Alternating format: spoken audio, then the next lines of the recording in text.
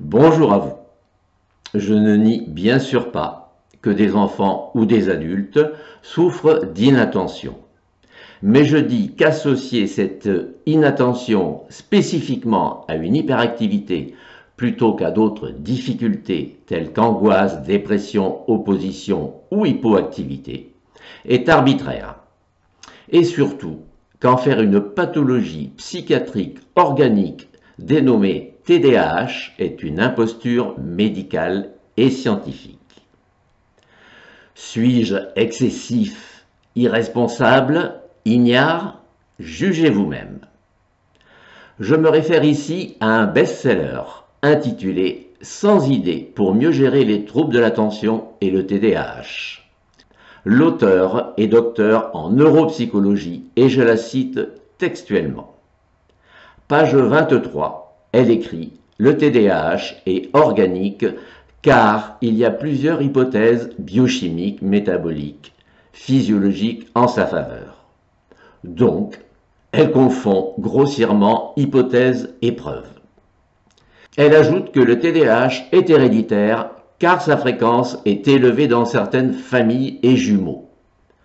Comme si fréquence et génétique étaient la même chose, comme si avoir de nombreux anxieux, fumeurs, tuberculeux ou footballeurs dans une famille, c'était héréditaire.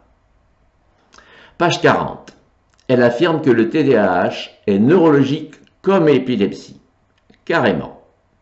Mais pourtant, l'enfant doit, selon elle, page 54, réfléchir à sa conduite pour ne pas recommencer. Page 59, être récompensé ou puni. Page 65, s'excuser, revoir son mauvais comportement, être envoyé au coin. Page 118, prendre conscience de l'impact de ses comportements sur autrui et mieux les gérer. Lui et ses parents doivent donc contrôler son impulsivité, son impatience, ses émotions, son hyperactivité, etc. Il serait logique de traiter ainsi un enfant désobéissant. Mais avec un épileptique ou un TDAH neurologique, c'est absurde, c'est cruel, c'est injuste, inadmissible. On le proclame malade et on le sanctionne comme un caractériel.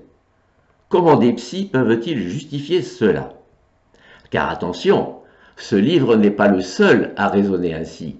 C'est un système généralisé, qualifié de médico-éducatif, scientifique, une psychothérapie comportementale utilisant, je cite, des éléments renforçateurs tels que récompense et punition pour que l'enfant comprenne les conséquences de ses actes. Fin de citation.